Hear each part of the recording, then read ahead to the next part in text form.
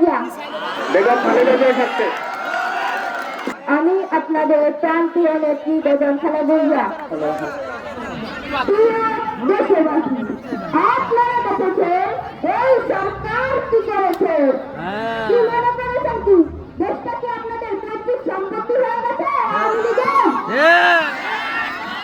আওয়ামী লীগ সরকার বিগত 17 বছর ধরে আমার সাথে যে অন্যায় করেছে তা আমাদের চোখের সামনেই ঘটেছে। আন্দোলনে ছাত্রদের মাধ্যমে আমি আবার আপনাদের মাঝে ফিরে এসেছি।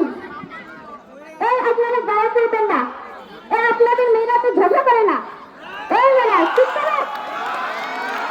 যাই হোক, আপনারা তো জানেন আমি একজন বাঙালি, তাই এই দেশ ছেড়ে আমি যাব না। এই দেশ ছাড়া আমার অন্য কোনো ঠিকানা নেই।